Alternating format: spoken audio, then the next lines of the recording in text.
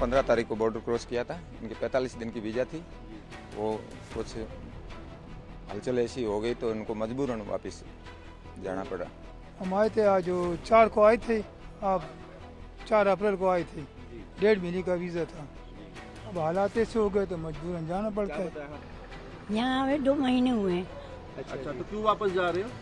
वापस भेज रहे हैं, ये क्यों? कह रहे हैं चले जाओ, अब हमारे पास नहीं है रहने का। 28 अप्रैल की सुबह अटारी वाघा बॉर्डर पर हलचल कुछ अलग थी। सामान से भरे सूटकेस, हाथ में दस्तावेज और आंखों में सवाल लिए लोग अपने देश लौट रहे थे। कुछ पाकिस्तान से भारत और कुछ भारत से पाकिस्तान। ये सब अचानक नहीं हुआ। पहलगाम आतंकी हमले के बाद भारत सरकार ने बड़ा फैसला लिया। भारत में रह रहे पाकिस्तानी नागरिकों को 28 अप्रैल तक देश छोड़ने का आदेश दिया गया। इसके बाद शुरू हुआ घर वापसी का सिलसिला। हालांकि आदेश के मुताबिक पाकिस्तानी नागरिकों के भारत छोड़ने की डेडलाइन 28 अप्रैल को समाप्त हो गई, लेकिन इसके बाद भी कई पाकिस्तानी नागरिक अब भी भारत में रह गए हैं। ऐसे में सवाल ये कि इनकी वापसी पर अब आगे क्या कुछ होगा। अमृतसर के अटारी बॉर्डर पर तैनात प्रोटोकॉल ऑफिसर अरुण माहल ने बताया कि 29 अप्रैल तक अब सभी वीजा वाले पाकिस्तानी वापस पाकिस्तान जा सकते हैं।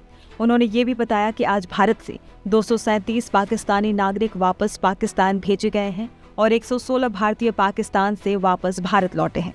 जानकारी के अनुसार अमृतसर के अटारी बॉर्डर से अब तक कुल 537 पाकिस्तानी अपने वतन पाकिस्तान वापस जा चुके हैं। वहीं 1387 भारतीय अब तक पाकिस्तान से भारत वापस लौटे हैं। अब जानिए अटारी वाघा बॉर्डर से किस दिन कितने पाकिस्तानी वापस लौटे। 24 अप्रैल को 28 पाकिस्तानी नागरिक वापस गए, वहीं 105 भारतीय नागरिक वापस भारत आए। 25 अप्रैल 191 पाकिस्तानी नागरिक वापस गए, 287 भारतीय नागरिक वापस भारत लौटे। 26 अप्रैल 75 पाकिस्तानी नागरिक वापस आए, 335 भारतीय नागरिक वापस भारत लौटे। 27 अप्रैल 237 पाकिस्तानी नागरिक वापस आए, वहीं 116 भारतीय नागरिक वापस देश लौटे।